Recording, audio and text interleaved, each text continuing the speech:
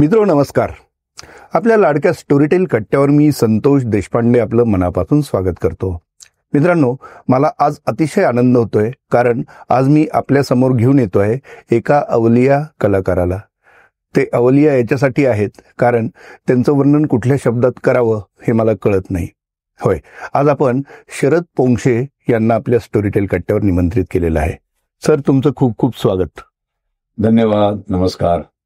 आता शरद पोंक्षे म्हटल्यानंतर अनेकांना सावरकरच आधी आठवतात.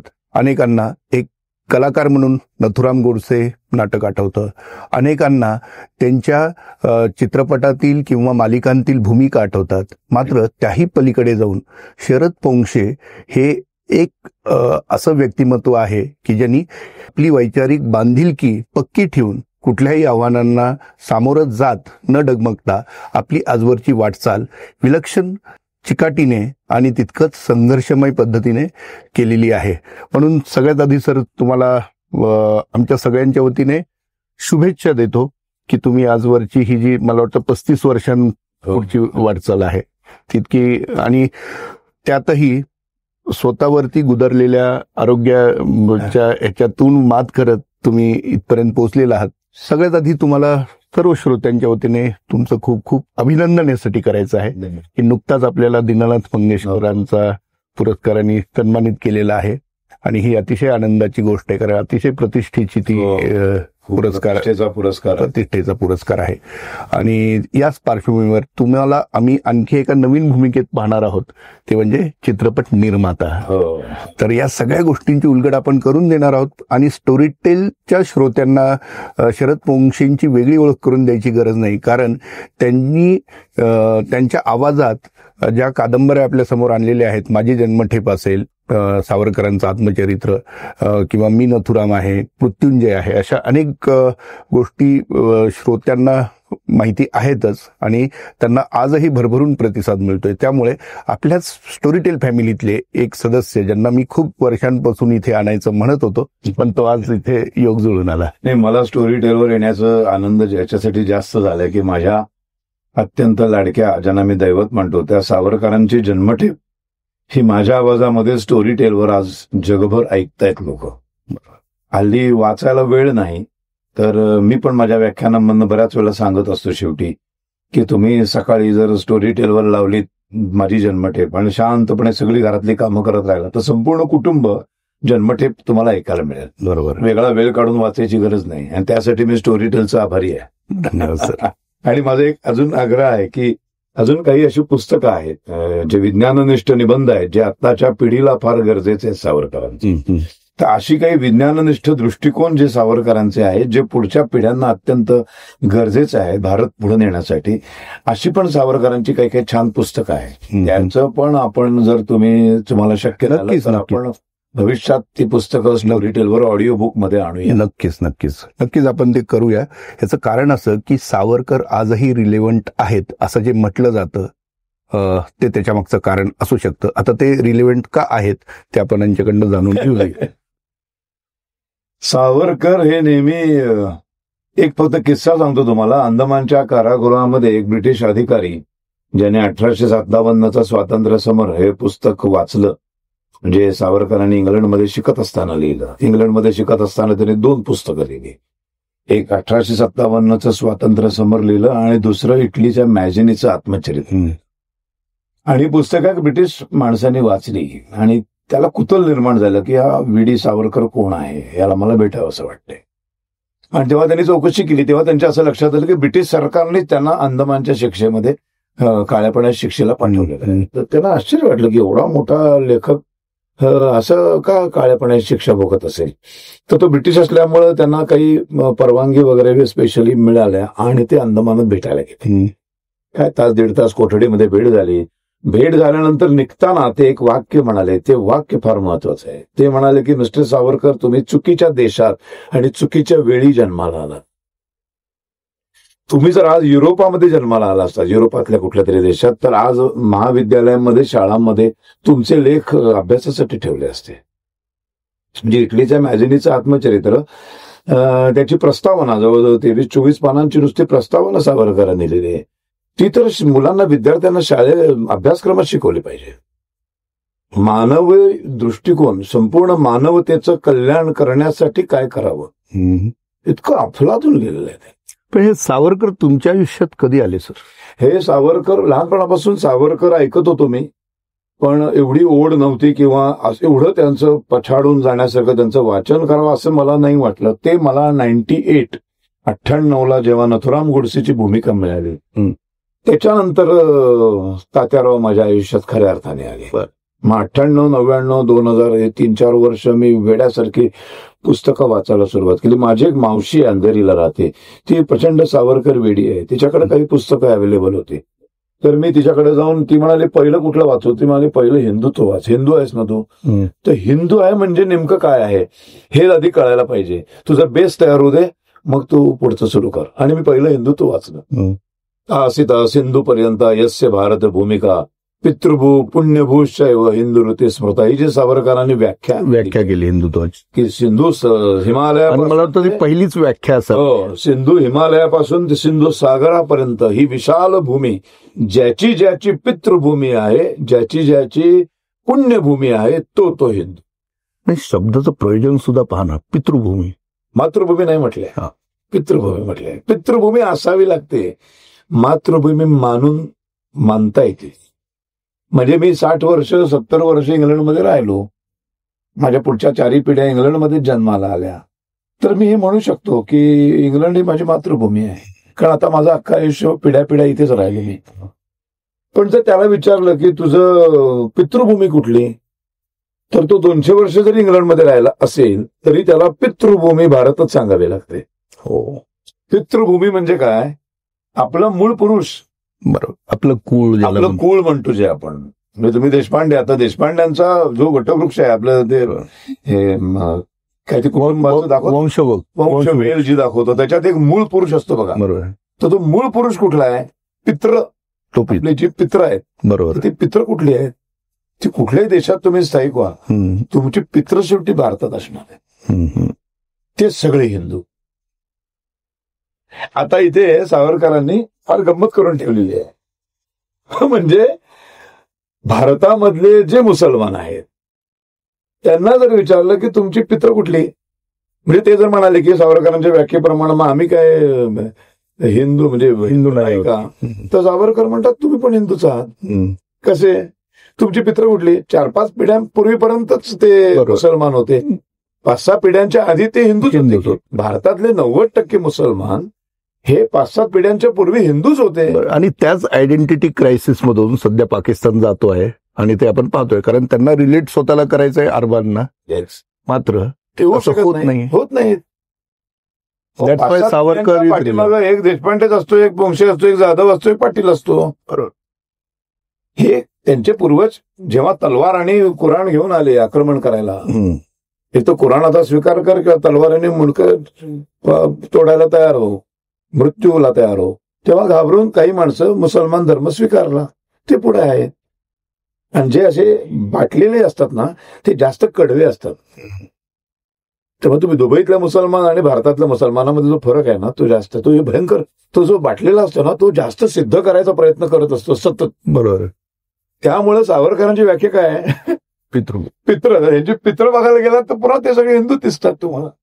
आणि जर ते म्हणाले आमची पित्र इथली नाहीत, तर मग तुम्ही इथली नाहीत, मग त्यांना भारतीय नाही हे पण त्यांना मान्य करावं लागते. असं दोन्हीकडनं सावरकरांनी त्यांची. मात्र मग सावरकर तसं पाहायला गेलं तर दोन्ही पक्षांना परवडत नाही असं नाही परवडत. कारण मग सावरकर स्वीकारायचे उपयुक्त पशु आहे म्हणतात ते. पण तुम्हाला काय वाटतं? गाय उपयुक्त पशु आहे, मग बीफ चालेल? नाही चालणार. का नाही? बीफ खाणं मी मान्य नाही मला.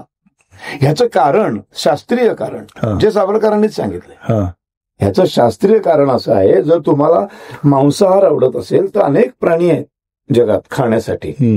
गाय का खायची नाही?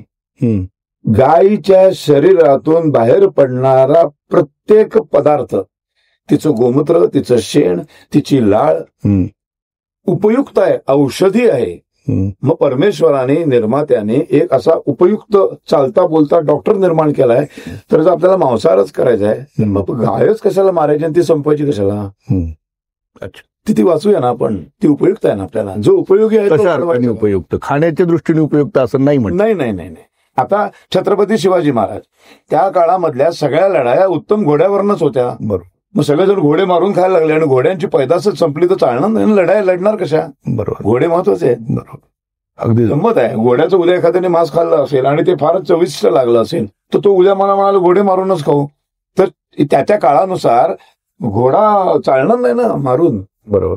मग लढणार कसं तुम्ही.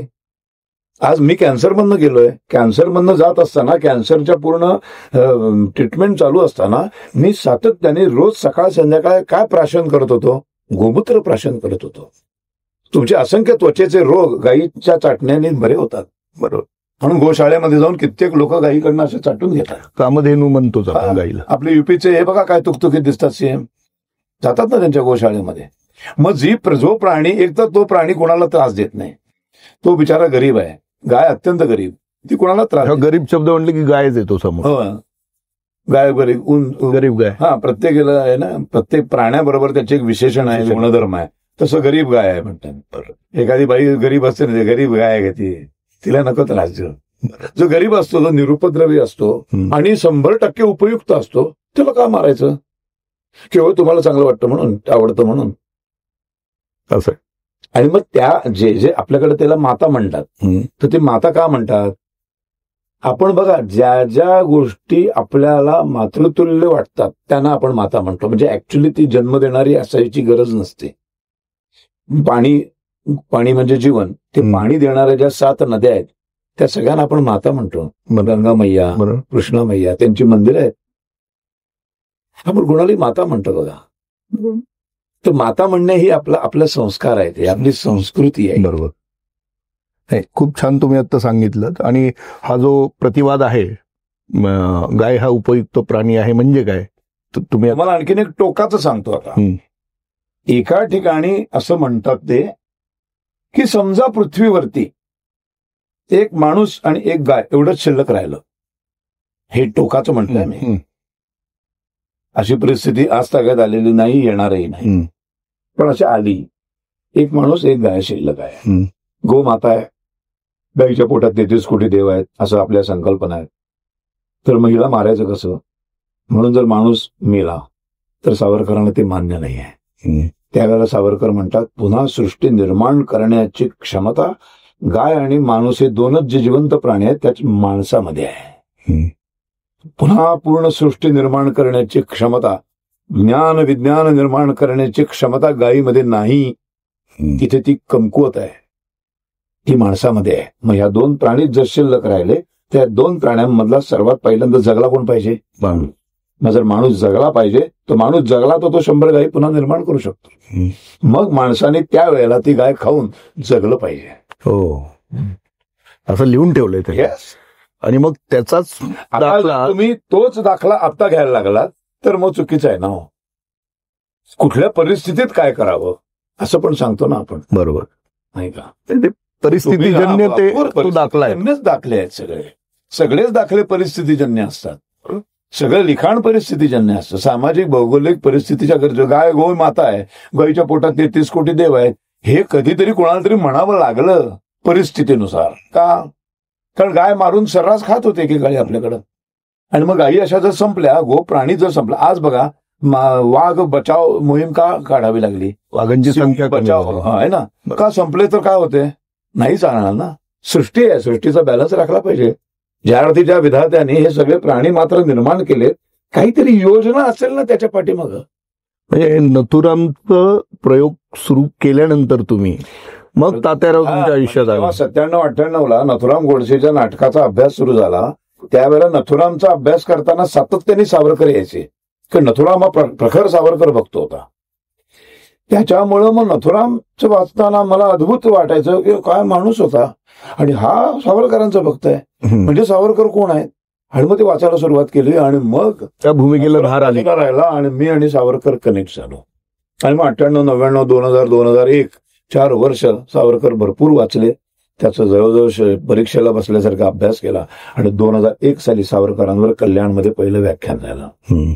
अशी ते सुरुवात झाली. त्यामुळे सावरकर अद्भुत माणूस आहे. तुम्ही आता खूप छान एक सांगितलं की त्या भूमिकेचा अभ्यास करण्याच्या दृष्टीने तुम्ही खरं सावरकरांच्या साहित्याचा अभ्यास केला, करायला लागला सुरुवात. बरोबर आहे. त्यामुळे ते नथुरामची जी भूमिका तुम्ही केली त्याला एक धार आली, बरोबर, असं आपण म्हणू शकतो. मग एखाद्या कलाकाराला हा व्यासंग वेगळ्या भूमिकेत घेऊन जातो भविष्यात, म्हणजे कलेपेक्षा तो वेगळ्या विश्वात पुढे जातो, जाऊ त्याच्यातच रमतो. मग एखाद्याची मग त्याच्यातल्या कलेचा संकोच होऊ शकतो का? होऊ शकतो ना. म्हणजे मी जर आता नथुराममय झालो आणि नथुराम सारखाच वागायला लागलो किंवा मी असंच काहीतरी आपण करावं वाटलं तर माझ्यातला कलाकार कमी कमी होत जाईल कदाचित. पण मी कलेशिवाय जगू शकत नाही. मुळात माझ्या रक्तात कला आहे. मी कलावंत पहिला आहे. आणि मग माझ्या कलेतून जी मला लोकप्रियता मिळाली त्या लोकप्रियतेचा वापर समाजासाठी केला पाहिजे, राष्ट्र उभारणीसाठी केला पाहिजे. जे जे उत्तम उदात्त उन्नत महन मधुरतेचे जे जे चांगलं आहे ते लोकांपर्यंत पोहोचवण्याचं काम आपण आपल्या लोकप्रियतेचा तसा वापर केला पाहिजे. नाहीतर नुसतं सेलिब्रिटी म्हणून मी खूप फिरलो असतो, खूप सुपाऱ्या म्हणतात हल्ली, पैसे घेऊन किती कापले असते अनेक ठिकाणी गेलो असतो. काही लोक तर आमच्याकडे लग्नाला जायचे पण पैसे घेतात. पण हे सगळं मी नाही करत. मग एवढा पैसा मला मिळत नाही, पण मला सावरकर पोचवायला मिळतात. नाही म्हटलं तरी काहीतरी फरक पडला असेल की 25 वर्ष झाली आज मी सावरकर व्याख्यानातून नक्कीच काहीतरी समाज बदलला असेल. 2% बदलला आहे. पण सावरकरांची प्रखर राष्ट्रवादी भूमिका, त्यांची मांडणी, ते जसं आपण म्हणालो तसं सगळ्यांच्याच पचनी पडते असं नाही. आणि या उपर जो एक महाराष्ट्रातलं परत सगळं एक सामाजिक राजकीय वातावरण राजकारण सगळ्या गोष्टीत आलं, त्यामुळे सगळ्या गोष्टी ज्या घडत गेल्या, मग त्यातनं तुमच्या नथुराम नाटकाला देखील विरोध होत गेला, तुमच्या अनेक व्याख्यानांना देखील विरोध करण्यात आला. मात्र त्याचा काही फार परिणाम झाला नाही, आपण त्यात शिरत नाही. मात्र ढोंगी आहे. म्हणजे गंमत कशी आहे की प्रभू श्रीराम जे आमचं दैवत आहे त्याचं अस्तित्वच मान्य न करणारे काँग्रेसवाले नथुरामला विरोध करतात. गांधींवरची टीका सहन नाही करू शकत. गांधी माणूस आहे. प्रभू श्रीरामावरची टीका त्यांना केलेली आवडते. ती अभिव्यक्ती स्वातंत्र्य, तेव्हा त्यांचं अभिव्यक्ती स्वातंत्र्य असतं. प्रभू श्रीराम अस्तित्वातच नव्हता, ती काल्पनिक कथा आहे असं सगळे काँग्रेसवाले म्हणतात. एवढं श्रीरामाचं मंदिर उभं राहिलं. आज तागायत एकदाही त्या राहुलला जावंसं सुद्धा वाटलं नाही. काँग्रेसचा कुठला लीडर तिथे दर्शनाला पण गेला नाही. ही त्यांची अभिव्यक्ती आहे. पण साधा माणसासारखा एक माणूस म्हणून जो महात्मा गांधी जन्माला आले त्यांच्या काही चुका दाखवून दिल्या तर मात्र त्यांना ते खपत नाही. हे किती ढोंगीपणा आहे ना. म्हणजे तुम्ही श्रीरामावर टीका करू शकता पण गांधींवर नाही करायची. मग राम मोठा का गांधी मोठे? गांधी तो रोज रामाचीच भजनं म्हणायचे. जे गांधी रोज रामाची भजनं म्हणायचे त्या रामावर टीका केलेली चालते. तो त्याचं अस्तित्वच अमान्य केलेलं चालतं. ती मात्र अभिव्यक्ती स्वातंत्र्य. मंदिराच्या उद्घाटनाला नकार दिलेलं चालतं त्यांना, पण गांधींबद्दल बोलायचं नाही. बरं काय घाणेरडं बोललं का नाही. आणि भजन जो इतिहास आहे त्या इतिहासातले पुरावे देऊन तो बोलतो. बरं हे सगळं नथुराम काय बोलला हे आम्ही दाखवलं. शरद पोंक्षे बोलत नाही किंवा लेखक प्रदीप दळवी नाही बोलत. म्हणजे ऍक्च्युली तुमच्यापेक्षा नथुरामालाच जास्त महत्व देण्यात आलं. शरद पोंक्षेंकडे नथुराम म्हणूनच बघण्यात आलं जणू काही. गंमत कशी आहे ना, मी ज्यांचा मागं फोटो लावतो की नाही त्या माणसाचं काही भयानक सत्य जर उघडकीला आली तर त्यांच्या जीवावर जी एवढी वर्ष आपण मतं मागतोय तो प्रॉब्लेम येणार ना, नाही का? हे सगळं थोडक्यात राजकारण. ऑफकोर्स दुसरं काय अर्थ. त्या राहुल गांधी ही सगळी आडनावं जी घेतली त्यांनी गांधी हे सगळे अफिडेव्हिट करून नंतर घेतलेली आडनावं आहेत ना. बरं आता हे सांगतात ना आम्ही गांधीजींचे वंशज आहोत. कुठले वंशज सांगा मला. राहुल गांधीची फॅमिली आहे यांचा मोहनदास करमचंद गांधी या परिवाराचा काय संबंध आहे? रक्ताच कुठलंच नातं नाही, काहीच संबंध नाही. मग हे गांधी का घेतले नाही? गांधी आडनावाचा फायदा उचलते. लिगसी. ठीक आहे. आता हा झाला थोडासा वादाचा विषय. पण एक वाद आणि शरद पोंक्षे हे समीकरण आहे. पण त्याची दुसरी बाजू पण पाहू आता आपण या समीकरणातली. ती अशी की कलाकाराला अभिव्यक्ती असते का असा विषय आहे. कारण जेव्हा तुम्हाला एखादी गोष्ट निवडायची आहे, एखादी भूमिका निवडायची आहे, तेव्हा तुम्ही आधी काय तुमचं स्वतःचं कम्फर्ट पाहता का श्रोत्यांना ती किंवा प्रेक्षकांना ती आवडेल ह्याचा जास्त विचार करता? अभिव्यक्ती ही कलाकारासाठी काय असते? नाही, अभिव्यक्ती प्रत्येक माणसाला आहे. कलाकार असू दे, वकील असू दे, डॉक्टर असू दे. फक्त अभिव्यक्ती व्यक्त करताना काही नियम पाळले पाहिजे. पहिली गोष्ट म्हणजे आपण कशावर व्यक्त होतोय ती घटना, ती गोष्ट पूर्णपणे त्याची माहिती करून घ्यायला पाहिजे. आपल्याकडे असं दिसतं की सोशल मीडियावरती बरेच लोक पूर्ण माहिती करून न घेता बोलतात, अभिव्यक्त होतात. That is wrong. ते चुकीचं आहे. कलाकार सुद्धा, कोणी कलाकारांनी सुद्धा काही मला व्यक्त व्हायचे. उद्या मला आता काश्मीरमधला हल्ला झाला. हल्ला झालेली बातमी माझ्याकडे आल्याबरोबर मी व्यक्त नाही व्हायला पाहिजे. माहिती घेतली शांतपणे काय झाले नेमकं त्याची. आणि खोटी माहिती नाही, खोटी माहिती पसरवली जाते हल्ली. खोट्या माहितीच्या आधारावरती लगेच बोलू नये म्हणून मला लगेच चॅनलवाल्यांच्या फोन बिन येतात. सर आता असं काश्मीरमध्ये असं झालंय, आता परवा ते अमुक मंत्री असं म्हणाले, त्यावर तुम्हाला काय म्हणायचे? त्यावर मी म्हणतो ते मंत्री काय म्हणाले हे मी अजून ऐकलेलं नाही. तोपर्यंत मी व्यक्त होणार नाही. तुम्ही सांगता म्हणून मी व्यक्त नाही होणार, कारण माझा तुमच्यावर विश्वास नाही. मग त्यावेळेला ते चॅनलवाले काय म्हणतात माहितीये की ठीक आहे, मग तुम्हाला आम्ही ना पटकन तुमच्या व्हॉट्सअपवरती त्यांचा बाईट पाठवतो.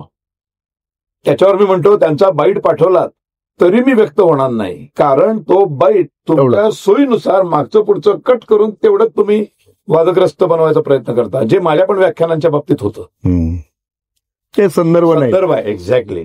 त्याच्या मागं तो कोण नेता असेल, त्याच्या कशाच्या संदर्भात तो ते बोलतोय, कुठला तरी विषय मांडताना त्याच्या तोंडून ते वाक्य बाहेर आलेलं आहे, ते बघायला नको. मग मला आपल्याला म्हणजे मला एकदम आठवला तर शब्द निघाला म्हणून की लहानपणी ना परीक्षेमध्ये आपल्याला प्रश्न असायचा संदर्भासहित स्पष्टीकरण. आपल्याला थेट स्पष्टीकरण कधीच नसतं, संदर्भासहितच द्यावं लागतं. लॉजिक्स असतात. मी काय बोलतो त्याला लॉजिक्स पाहिजेत. लॉजिकली ते पटवून देता आलं पाहिजे, तेव्हाच बोलावं. आणि जर अर्धवट ज्ञान असेल तर बोलूच नाही. त्या विषयावर मला माहित नाही बाबा, सॉरी, मला या विषयातली काही माहिती नाही. मी आधी सगळी जाणून घेईन नेमकं काय झालंय, काय आहे ते. पुस्तकावर मला नाही माहिती काही. जसं आत्ताच एक उदाहरण घेतो तुम्हाला. ज्योतिबा फुल्यांवरचे सिनेमा आहे. ते ज्योतिबा फुल्यांच्या सिनेमाचे प्रोमो बघितले मी.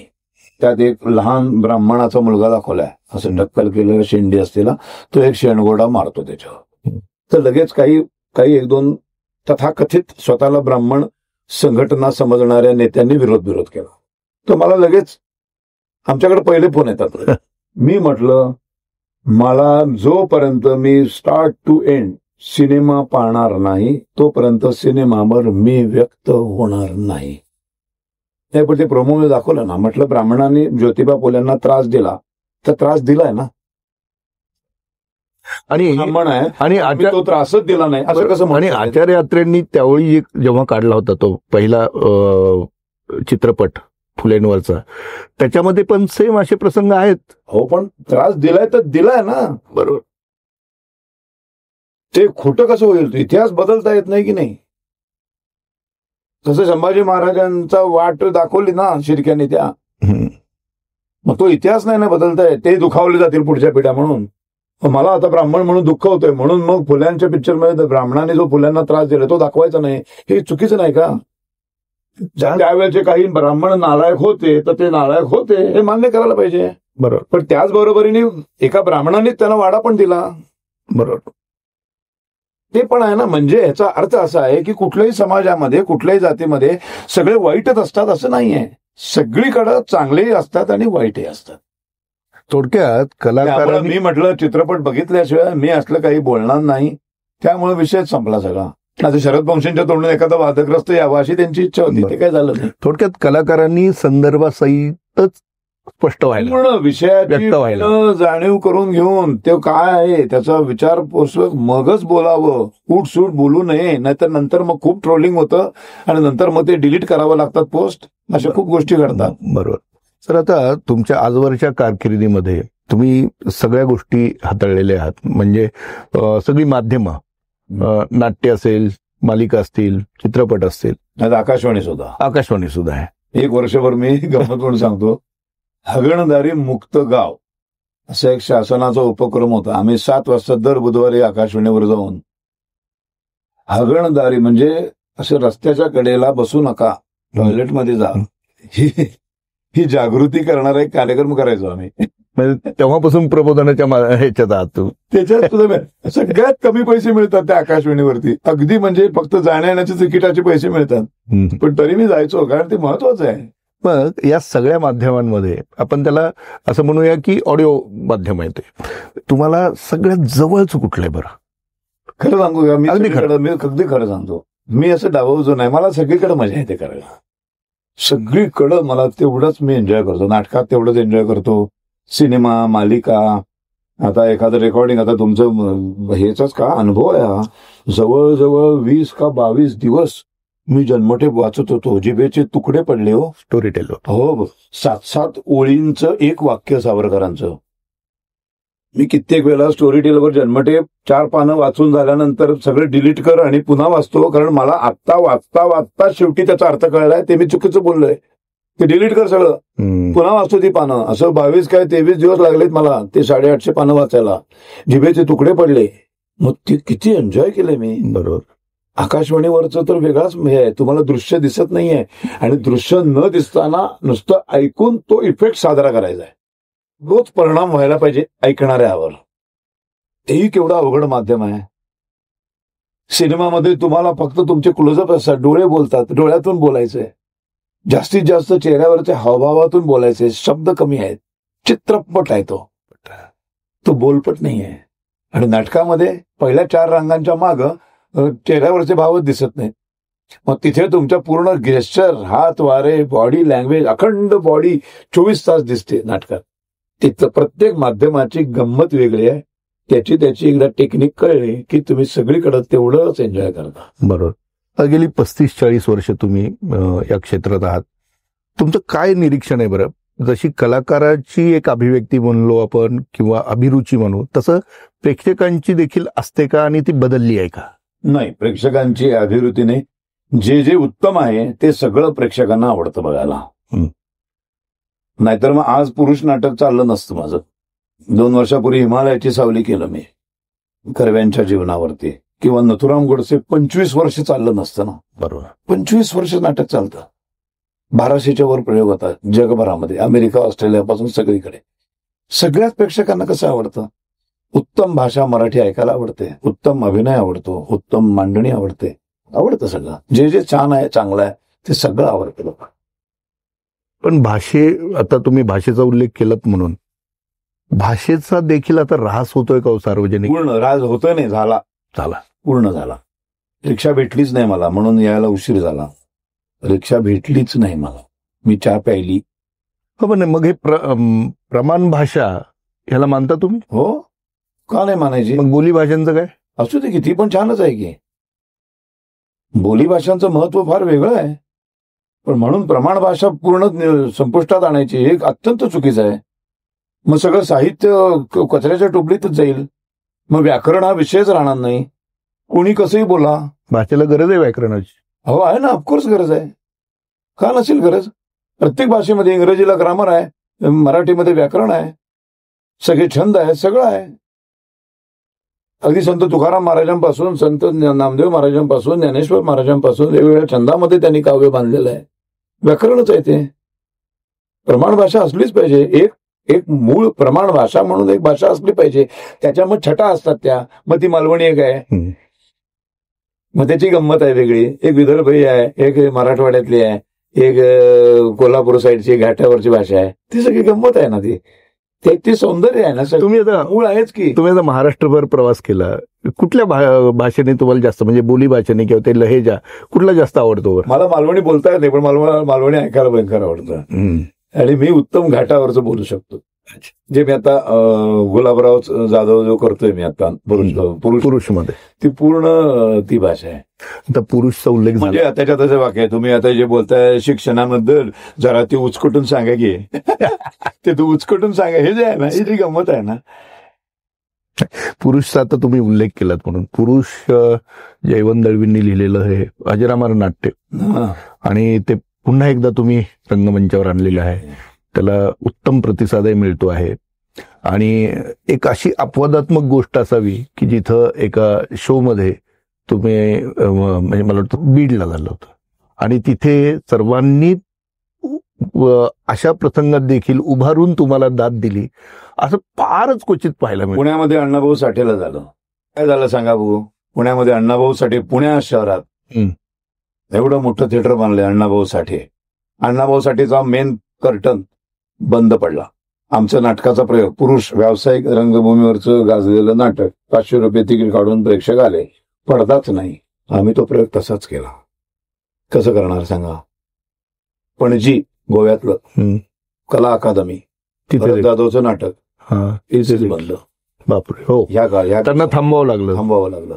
माझं नाटक थांबलं, पडदा पाडला. काय संपूर्ण फ्लिकरच व्हायला लागले. 65 कोटी का 60 कोटी काहीतरी खर्च करून रिनोव्हेट केलेलं नाट्यगृह, त्याचे फ्लिकर, लाईटच फ्लिकर झाले. पडदा पाडून 2 फ्लोर लावून अख्खा प्रयोग केला.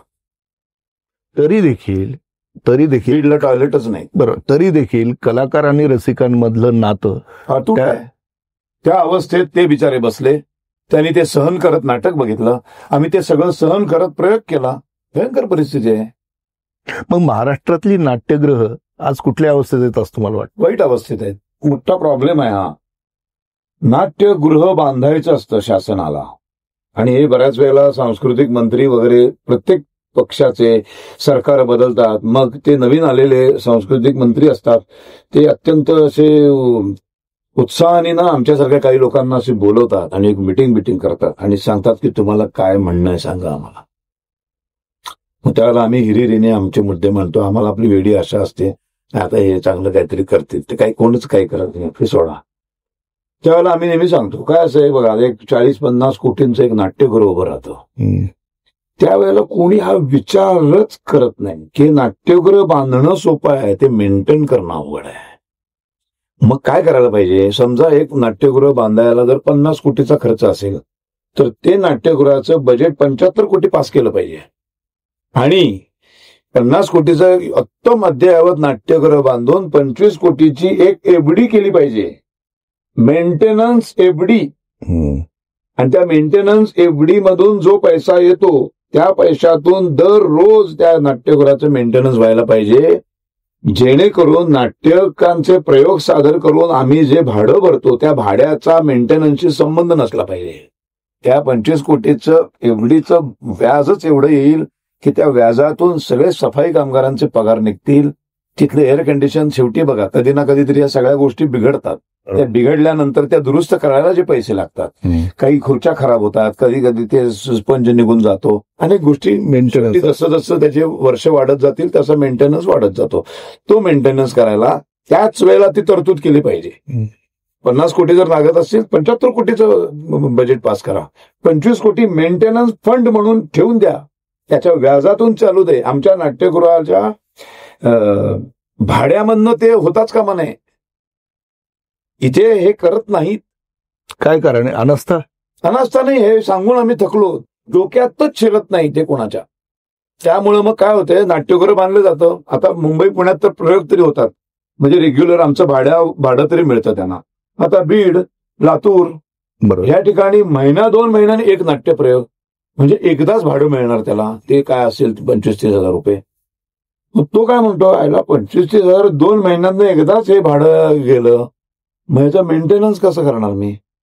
म्हणून मेंटेनन्स हे नाट्य निर्मात्यांच्या नाटक प्रयोगांच्या भाड्यावर अवलंबूनच असता कामा नये. त्याचा फंड त्याच वेळेला बरोबर ठेवला पाहिजे. नाही, खूप चांगली सूचना आहे. आणि मला वाटतं तुमच्या विचारात याच्यामुळे काय होईल, 2 गोष्टी होतात बघा. तुम्ही हे सगळं रसिक प्रेक्षकांपर्यंत कसं येतं बघा झिरपत. जेव्हा तुमच्या भाड्यावर काही अवलंबून नसतं त्यावेळेला भाडं कमी असतं. नॉमिनल 2-4 हजार रुपये भाडं ठेवलं तर काय होईल, भाडं जर कमी असेल तर माझं तिकीट मी 500 वरनं 400 वर आणू शकतो. बरोबर. एक कुटुंब, मराठी कुटुंब, मध्यमवर्गीय कुटुंब, त्याचा जे पगार असतो त्याला, त्या पगारामध्ये अख्ख्या महिनाभरात एक नाटक, एक सिनेमा, एकदा हॉटेलमध्ये जेवायला जाणं, एवढंच असते त्याचं. बरोबर. तो दुसरं नाटक, दुसऱ्या सिनेमाचं तो विचारण्याचं बजेट फिसकटतं विचारायचं. आणि हाच मुख्य ऑडियन्स आहे आपला. खूप छान तुमची सूचना आहे खरं तर.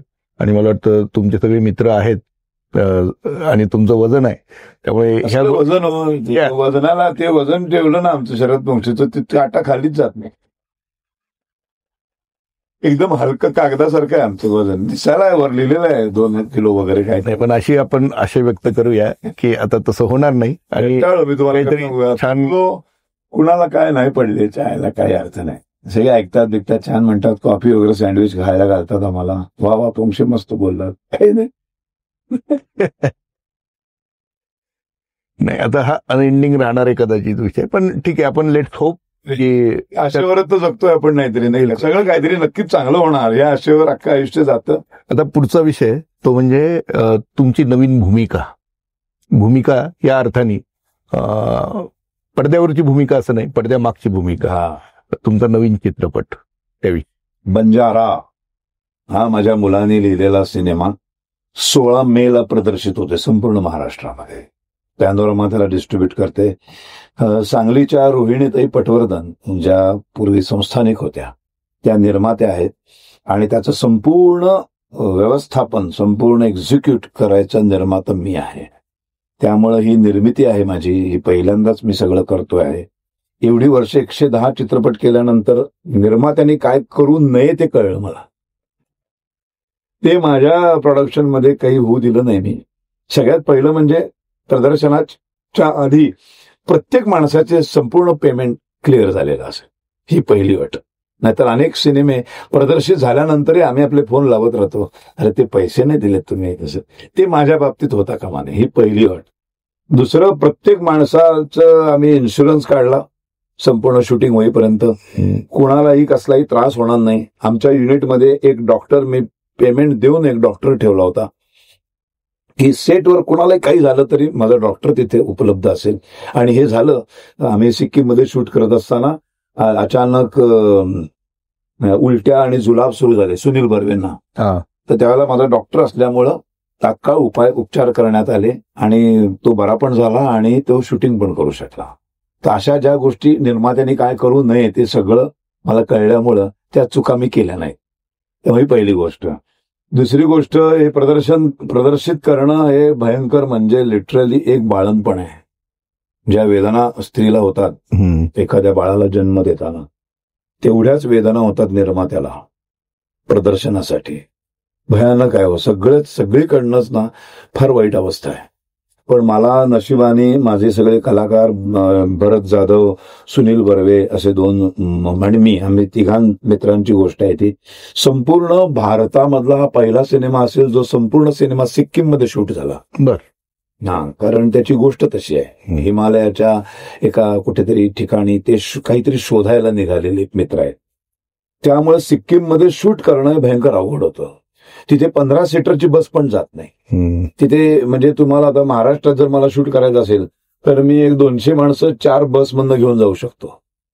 तिथे एक इनोवाच्या पलीकडे वाहनच नाही जाऊ शकत. एवढेचसे रस्ते, इकडे खोलदरी, इकडे उंच डोंगर, अख्खं राज्य तसं आहे. तिथे रेल्वे जात नाही, तिथे विमानं जात नाही. त्यामुळे पश्चिम बंगालमध्ये तुम्हाला विमानाने उतरून तिथून अख्खा प्रवास 8-8, 10-10 तास घाटातनं करावा लागतो. आणि घाटमध्ये सतत वळण आहेत आणि डेंजरस वळण आहेत. बापरे बापरे, कधी मन अचानक काही कोसळेल, कधी काय होईल सांगता येत नाही. म्हणजे आम्ही भरत जाधव आणि सुनील बर्वे जेव्हा आले ना, तेव्हा एका ब्रिजवरनं ते असे पुढे गेले, पुढे जाऊन एका ठिकाणी जेवायला थांबले आणि बातमी आली तो ब्रिज कोसळला. आणि त्या दोघा परमेश्वराचे आभार मानले. आणि मग पुढचा विचार आला, आता 2 दिवस शूटिंग झाल्यानंतर परत कसं जाणार. तर ते म्हणाले नाही, इथल्या लोकांना सवय आहे, ते लगेच परत ते जागा करतात आणि गाड्या जाण्याची सोय होते म्हणे. इतकं डेंजर. तर अशा ठिकाणी बरं एकदम मायनसला जातं टेम्परेचर, कधी बर्फ पडायला सुरुवात होते. आम्ही जवळजवळ 14,000 फुटावरती, जिथून असं बघितलं की चायना दिसतं, त्या बॉर्डर पर्यंत मिलिटरीच्या सगळ्या परवानग्या घेऊन आम्ही शूटिंग. म्हणजे एकदम सिनिक आहे सगळं. आणि इतकं ब्युटिफुल सिनेमा तुम्हाला दृश्य बघायला मिळतील. आणि एक वेगळीच गोष्ट म्हणजे मराठी सिनेमामध्ये साधारण बऱ्याच वेळेला कौटुंबिक गोष्टीला महत्व दिलं जातं. कुटुंबातली गोष्ट असते, लावणी असते, तर ही कौटुंबिक गोष्ट नाही. ही लव्ह स्टोरी आहे का? ही लव्ह स्टोरी नाही. ह्याच्यामध्ये मारामाऱ्या, धूमधडाका आहे का? असलं काही नाही. बदला कोणाचा तरी घ्यायचा आहे असं काय आहे का? तसंही नाही. ह्यातलं हे काहीच नाही. सगळी चाकोरी तोडून एक अत्यंत भव्य दिव्य सिनेमा तुम्हाला सातत्याने आणि रोड ट्रिप आहे की सतत ते प्रवासच करतात. म्हणून तो बंजारा बंजारा या समाजाशी काही संबंध नाही. बंजारा म्हणजे सतत फिरणारे, भटकंती करणारे. तर मग भटके असे पण काही शीर्षक सुचली होती, पण त्यात ती मजा नव्हती जी बंजारामध्ये. पण याचे जे डायरेक्टर आहेत त्यांच्याविषयी तुमचं काय मत आहे? याचे दिग्दर्शक आहेत ते आमचे चिरंजीव आहेत. कथा पटकथा संवाद दिग्दर्शन स्नेह पोंक्षेनी केलंय. आणि केवळ मुलगा आहे म्हणून मी कौतुक करत नाही, खरोखर तुम्ही सिनेमा बघितल्यावर म्हणाल वाटणारच नाही की हा त्यांनी दिग्दर्शित केलेला पहिला सिनेमा आहे.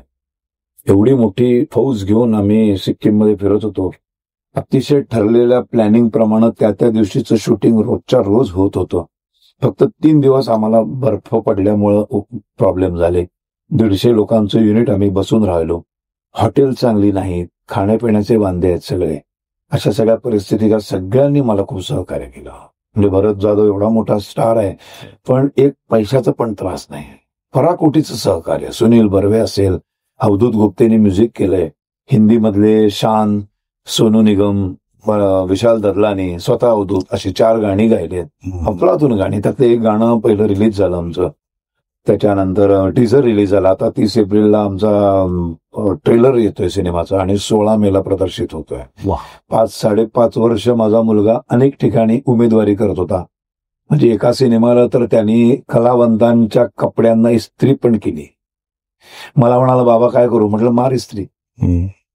इस्त्री मार. ही इस्त्री तुला मोठं करेल एक दिवस. कुठलंही काम कमी नसतं. कुठल्याही कामाचा दर्जा कधीच खाली वर नसतो, कमी जास्त कधीच नसतो म्हटलं. त्यामुळे सगळी कामं कर. ती बेबी उचलून जा, तुला कळेल त्या लाईट मधला काय त्रास असतो. आणि हे सगळं केल्यानंतर जेव्हा तू दिग्दर्शक होशील ना, तेव्हा सेटवरनं तू कधी लाईट मधला शिवी नाही देणार किंवा घाणेरड्या पद्धतीने कोण आहे तो असं कधी बोलणार. हे दादा काय झालं, प्रॉब्लेम आहे का, असंच तुझा ऍटिट्यूड चेंज होईल त्याच्याने. इस्त्री मारलेली एखाद्या कलाकाराच्या याला चांगली इस्त्री नसेल तर तू हे घाणेरड्या शिवाय देऊन बोलतात, तसं तू बोलणार नाहीस, कारण ती इस्त्री तू कधीतरी मारलीस. वा.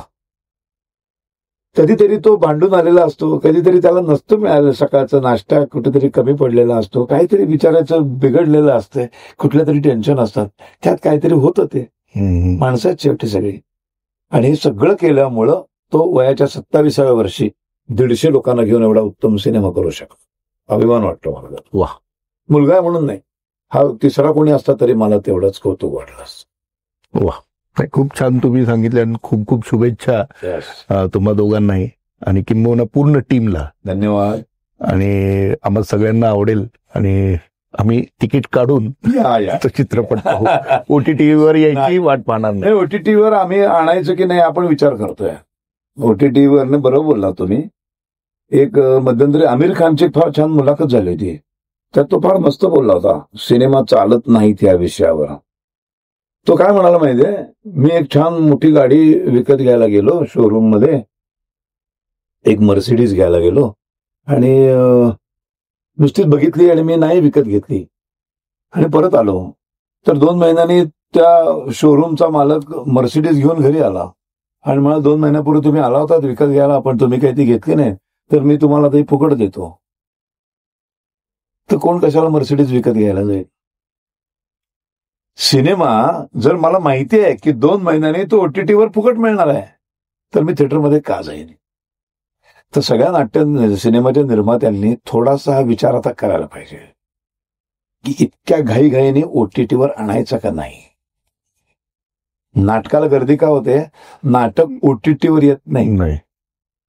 नाटक कुठेतरी बसून बघता येत नाही. नाटकासाठी तिकीट काढू. खरं तर नाटकाचं तिकीट 500, 400, 300 आहे आणि सिनेमाचं सगळ्यात जास्त तिकीट 200 आहे. बरोबर आहे. म्हणजे 500, 400, 300 गॅलरीपेक्षाही कमी तिकीट सिनेमाचं आहे. सिनेमाची थिएटर नाटकापेक्षा अत्याधुनिक आहे. सुंदर खुर्च्या, तरी देखील सुंदर air condition, sound system, Dolby बिल्बी सगळं असून 200 रुपये तिकीट आहे, 150 रुपये तिकीट आहे, टॅक्स फ्री आहे, तरी सुद्धा येत नाहीत. आणि 500 रुपये तिकीट काढून नाटकाला जातात. कधीतरी एसी बंद पडतो, टॉयलेट चांगली नाहीत, पण तिथे बसतात, बिचारे सहन करतात, पण ते नाटक बघतात, कारण नाटक घरात बसून बघता येत नाही. OTT-वर बघता येत नाही. 4 महिन्यांनी हे नाटक मला फुकट बघायला मिळणार आहे, आता कशाला theater बघायचं? असं नाही होत. नाही, सिनेमाला हा विचार करतात. म्हणून मला असं वाटतंय की आता जे बदल जर घडवायचा असेल तर OTT-वर आणण्याची घाई करता कामा नये. खूप छान मुद्दा तुम्ही मांडलात आणि खरंच त्यांनी जे लाईव्ह एक्सपिरियन्स असतो आणि ते ज्याच्यामुळे आपलं रसिकत्व कायम राहतं. हा येणार नाही आमचा. आता आमचा बंजारा लगेच येणार नाही. तुम्हाला काही महिने काही वर्ष वाट बघावी लागेल OTT-वर येण्यासाठी. मी तुमच्या माध्यमातून सांगू. काही महिने वगैरे म्हणल्यावर लोक तेही विचारतील म्हणजे कुठल्या महिन्यात. काही वर्ष म्हणून लगेच बदलला मी शब्द. काही वर्षांनी येईल तो सिनेमागृहामध्ये जाऊनच बघा. तर तुम्ही आता खूप छान हा सगळा प्रवास आतापर्यंत सांगितला. तुमच्या सगळ्या कला प्रवासातले हे जे टप्पे आहेत महत्वाचे ते तुम्ही सांगितलेत. कलाकार वैचारिक दृष्ट्या बांधील असावा का नाही इथपासून आपण ती गोष्ट बोलत गेलो आणि आता जो नवीन तुमचा प्रवास सुरू झालेला आहे परत. आणि नाटकाचा पण मी निर्माता आहे. नाटकाचं पण निर्माण नथुराम मी निर्मिती केली आणि आता पुरुष निर्मिती करतोय. त्या मोरया प्रोडक्शन हे आता मला पुढे कंटिन्यू करायचं आहे. खूप वर्ष लोकांकडे कामं केली. आता जरा आता तोच प्रश्न शेवटचा विचारणार होतो की आता काय काय करायचंय. खूप करायचं म्हणजे जयवंत दळवींची 2 नाटकं मी निवडली त्यांच्या जन्मशताब्दी वर्षानिमित्त. बघा कुठली जुनी नाटकं करताना हा विचार मी करतो, सर्वांनी करावा असं नाही, की आताच्या काळाला सुसंगत आहे की नाही त्याची गोष्ट. केवळ जुनं गाजलेलं आहे म्हणून करण्यात मला इंटरेस्ट नाही. मला इंटरेस्ट, माझा रस तेव्हाच असतो जेव्हा याची गोष्ट आजही तेवढीच सुसंगत आहे की नाही. तर पुरुष आणि कालचक्र अशी 2 नाटकं जयवंत दळवींची आहेत, ज्याचा विषय आजही शिळा झालेला नाही, जुना झालेला नाही, किंबहुना त्या समस्या आणखीन जास्त गंभीर झाल्या. म्हणून पुरुष हे वर्षभर करणार आणि त्याच्यानंतर कालचक्र करायला घेणार. आणि तुमच्या माध्यमातून माझी शासनाला विनंती आहे की तुम्ही काहीतरी मदत करा, कारण ही खूप गंभीर नाटकं आहेत. या नाटकांचा एक ठराविक प्रेक्षक आहे, त्याच्या पलीकडं प्रेक्षक येत नाहीत. त्याला जर शासनाने जर आमच्या पाठीशी उभे राहिलं तर आम्ही जरा स्वस्त दरात हे नाटक करू शकू. हे नाटकाचे विषय जास्तीत जास्त म्हाताऱ्यांचे विषय फार गंभीर समस्या आहे. घरातल्या म्हाताऱ्यांचं करायचं काय हा तरुण मुलांसमोर प्रश्न निर्माण झालाय. आमच्या नाटकातच एक वाक्य आहे, ह्या साला आई बापाला, असं तो म्हणतो, ह्या साला आई बापाला टाकता येत नाही आणि जवळ ठेवताही येत नाही. हो, दळवींनी 42 लिहिलेलं वाक्य. एक तरुण मुलगा म्हणतो ह्या आई बापाचं काय आहे ना, ह्यांना टाकताही येत नाही आणि जवळ ठेवताही येत नाही. आज घराघरामध्ये ही परिस्थिती आहे. नवरा बायको सकाळी उठून निघून जातात, रात्री येतात. त्या आई बापाचं काय करायचं? मग वृद्धाश्रम, मग कुठेतरी काय ठेवता येईल का? हो, त्यांना नकोय ते. रात्री आल्यावर ना एकदा आई त्या म्हाताऱ्या 70-75च्या असं प्रेमाने हात फिरवतो, स्पर्श हवाय त्यांना आता सगळं झालंय, त्यांची इच्छा मेल्या आहेत. 2 वेळचे 2 घास आणि प्रेमाने असा एक स्पर्श हवाय त्यांना. बसला मुलगा, रात्री किती उशीर झाला मी जातो. माझ्या आई का 83 वर्षाची आई आहे माझी.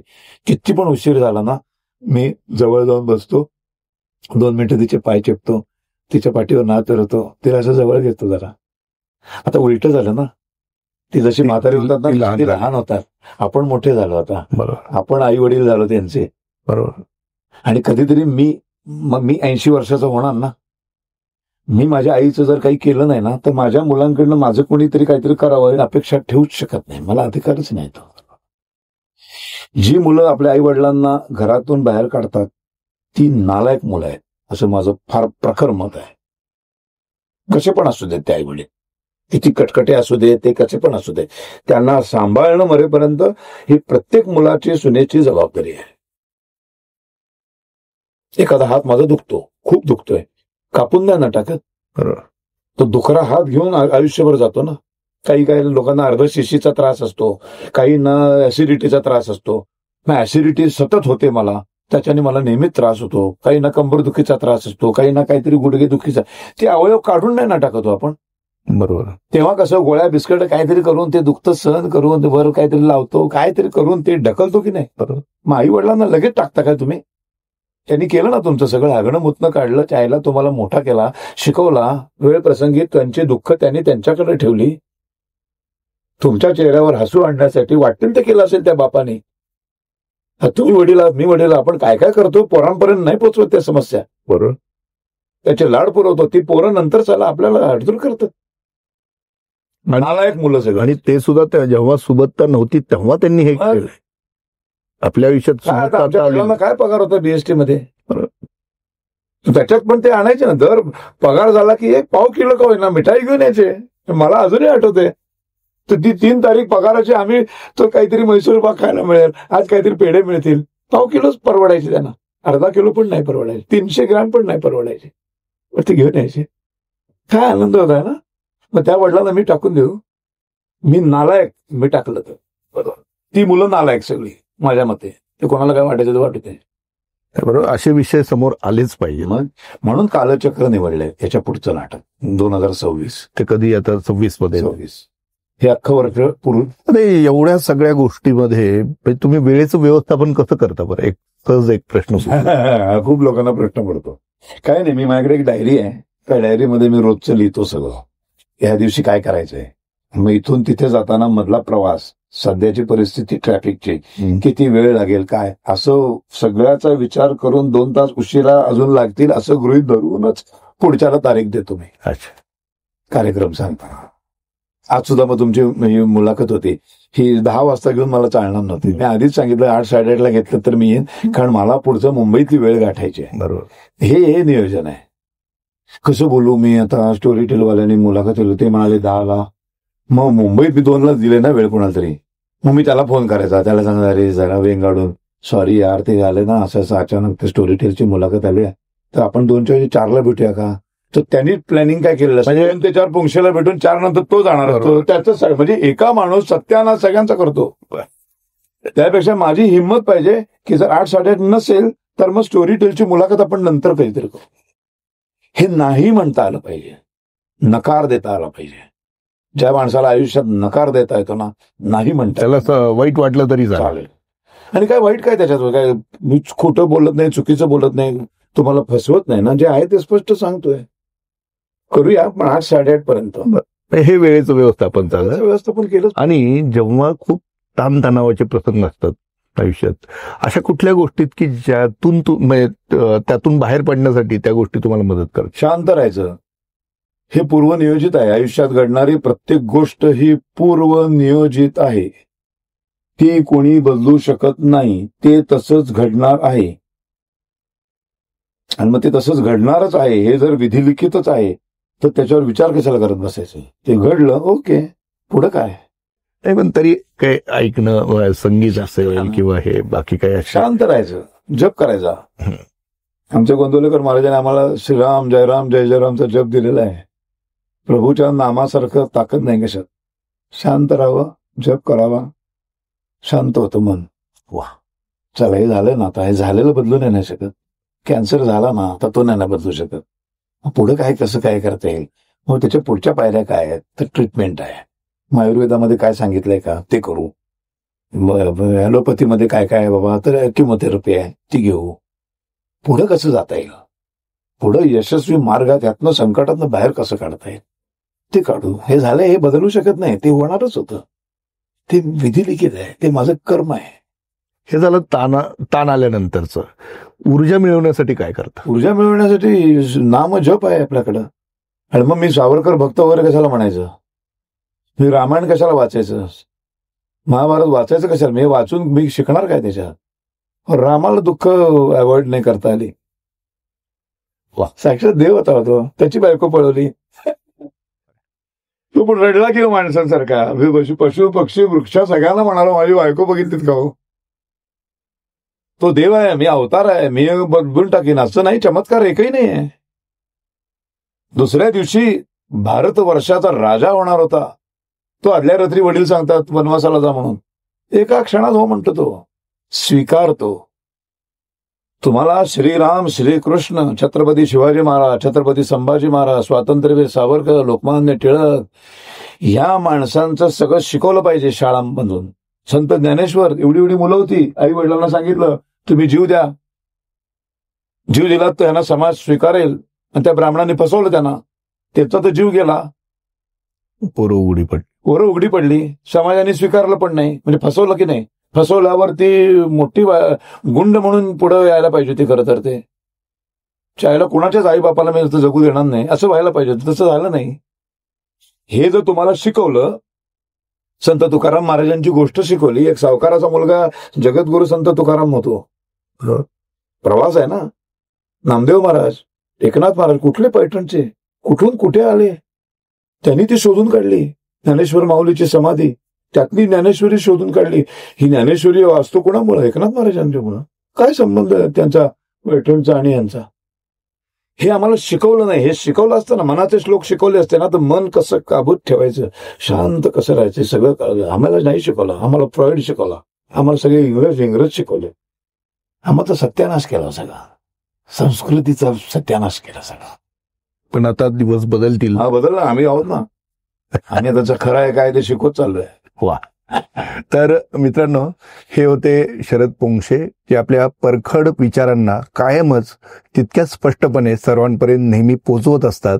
आपल्या कलेतूनही पोहोचवतात, आपल्या वक्तृत्वातूनही पोहोचवतात आणि आपल्या लिखाणातूनही पोहोचवतात. सर, तुम्ही आज आलात, वेळात वेळ काढून आणि इतका छान संवाद साधलात, तर सर्वांच्या वतीने मी तुमचं पुन्हा एकदा आभार व्यक्त करतो. आणि पुन्हा एक आपला छान योग जुळून यावा, नक्की. ज्यात आणखी काही वेगळे विषय आपण सर्वांच्या समोर आणू, याची मी ग्वाही देतो. तर आता आपण निरोप घेऊया.